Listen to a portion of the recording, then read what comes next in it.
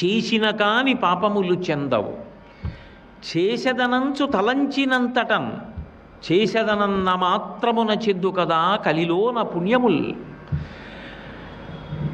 ప్రమాదము లేదటంచు నృపుడు కలిన్ విడిచే మరందముల్లాసముతోడగ్రోలి విరులన్ రక్షించడి తేటికైవడిన్ అన్నారు.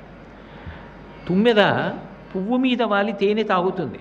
ఆ తేనె తాగేటప్పుడు తనకు అవసరమైనటువంటి తేనె ఒక్కటే తాగుతుంది తప్ప, తేనె తాగి నాకు అవకాశం ఉంది కదా అని ఆ పువ్వు రెక్కలన్నీ పాడు చేసేసి ఆ రెక్కలన్నీ ఊడిపోయేటట్టుగా తన రెక్కలతో కొట్టేసి రెక్కలన్నిటి మీద తిరిగేసి పాడు చేయదు. ఎక్కడ వరకు అవసరమో అక్కడ వరకే తీసుకుంటుంది. మరందముల్లాసముతోడ త్రాగి విరులన్ పాడు చేయని తేటికైవడిన్. పువ్వులు పాడు చేయనటువంటి తుమ్మెద ఎలా ప్రవర్తిస్తుందో అలా పరీక్షిత్తు కూడా కలిపురుషుణ్ణి సంహరించకుండా వదిలేడు. ఎందుకు వదిలిపెట్టాడు అంటే కారణం, చేసిన కాని పాపములు చెందవు. కలియుగంలో ఉండేటటువంటి గొప్ప ఉపకారం ఏమిటంటే పాపం చేస్తేనే పాప ఫలితం వస్తుంది.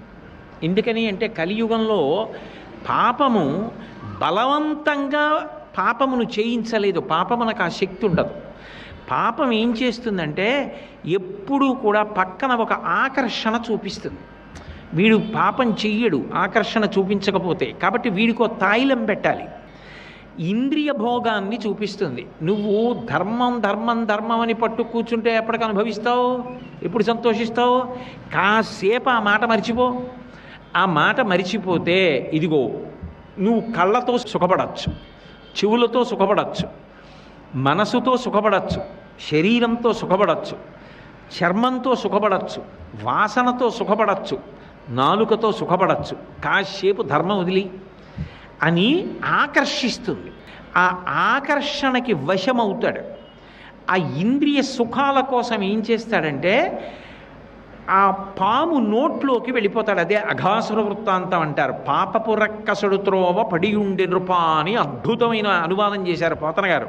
పాపపు రక్కసుడు అన్నారు సంస్కృతంలో అఘాసురుడు అంటే. త్రోవలో పడుకుని ఆకర్షిస్తాడు. ఆకర్షణకి లొంగి పాపంలోకి వెడితే మింగేస్తాడు.